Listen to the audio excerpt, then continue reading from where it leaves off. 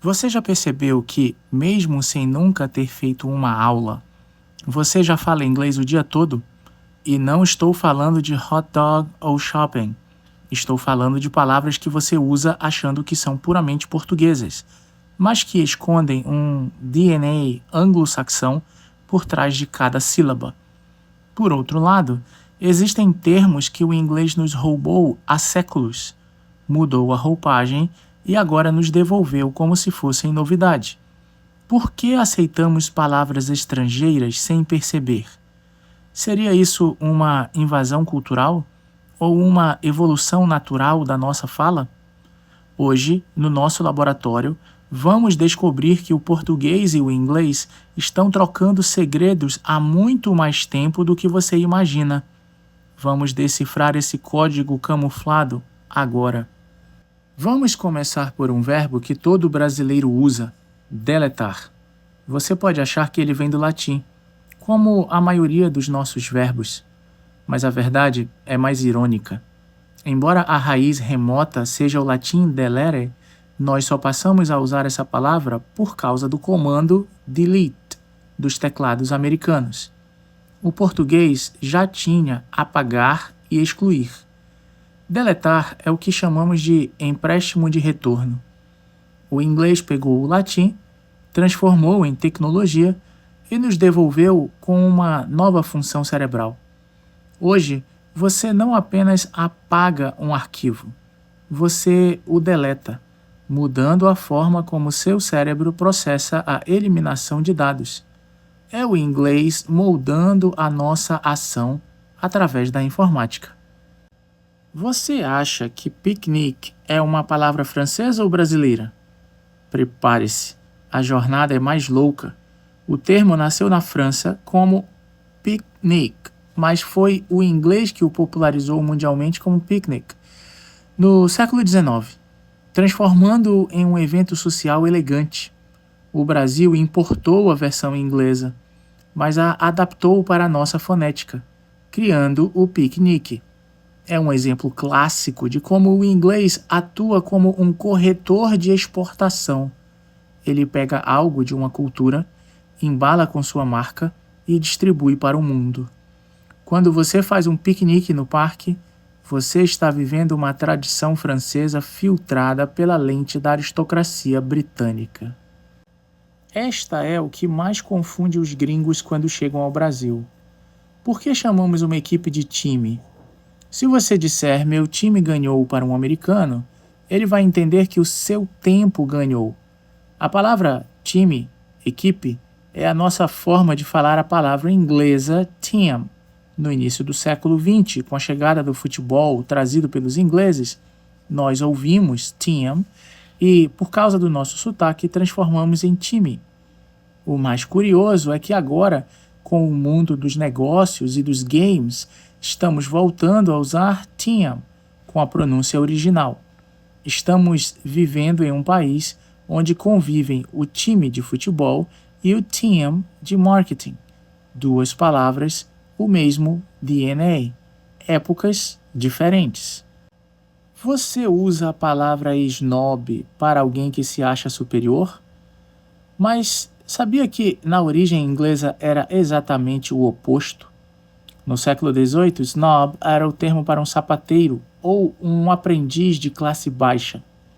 Nas universidades de Oxford e Cambridge, os alunos que não eram nobres eram marcados nos registros como S-Nob, uma abreviação do latim sine nobilitate, sem nobreza. Com o tempo, esses sem nobreza começaram a imitar desesperadamente os nobres para serem aceitos. O inglês, então, mudou o sentido da palavra para descrever quem imita a elite. O português importou o termo já com esse sentido de arrogância. Ser snob é, ironicamente, ter uma origem humilde que você tenta esconder. Por que o brasileiro parou de dizer lista de verificação e passou a dizer checklist? O verbo check é um dos mais poderosos invasores do nosso cotidiano. Ele vem do jogo de xadrez, o checkmate. No inglês, check significa controlar, parar ou verificar. Nós adotamos o check-up médico, o check-in no hotel e o check-out na saída. O português aceitou o check porque ele é uma sílaba curta e eficiente que transmite autoridade. Em vez de conferir, nós checamos. O inglês está simplificando o nosso vocabulário de ação, trocando verbos longos por uma única batida sonora. É a economia de energia dominando a nossa fala. Toda empresa quer um slogan marcante, mas essa palavra não nasceu em uma agência de publicidade em Nova York. Ela é puramente celta, das montanhas da Escócia. Slogan era o grito de guerra dos clãs escoceses. Slogan. O inglês pegou esse som brutal de batalha e o transformou no grito de guerra do consumo. O português importou o slogan sem traduzir, porque nenhuma palavra nossa carrega o mesmo peso de chamada para ação.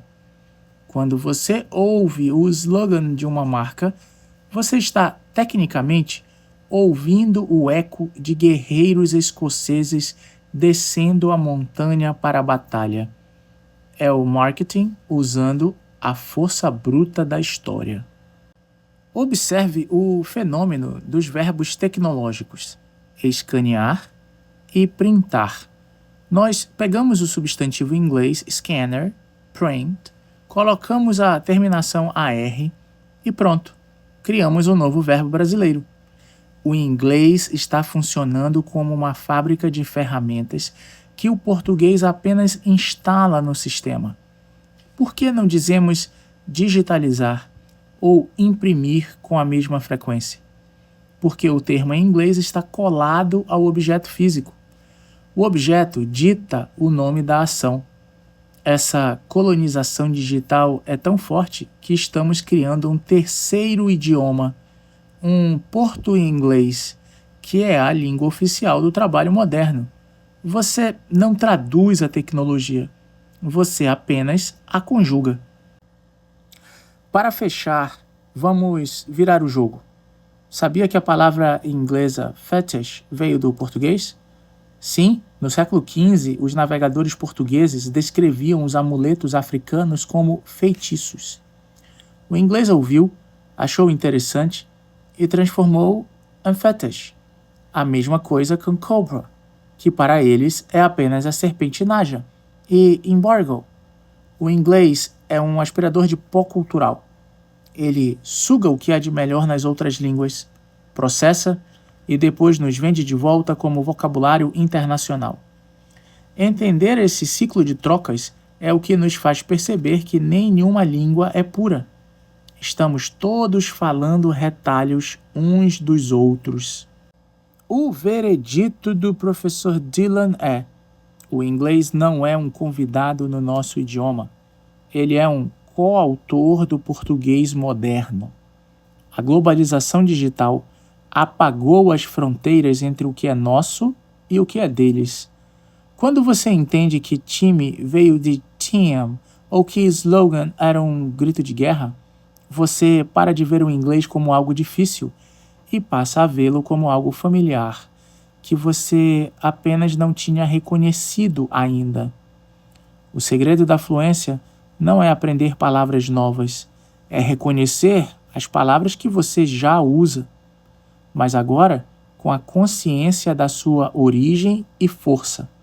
A língua é viva, mutante e não pertence aos dicionários, mas ao povo que a fala.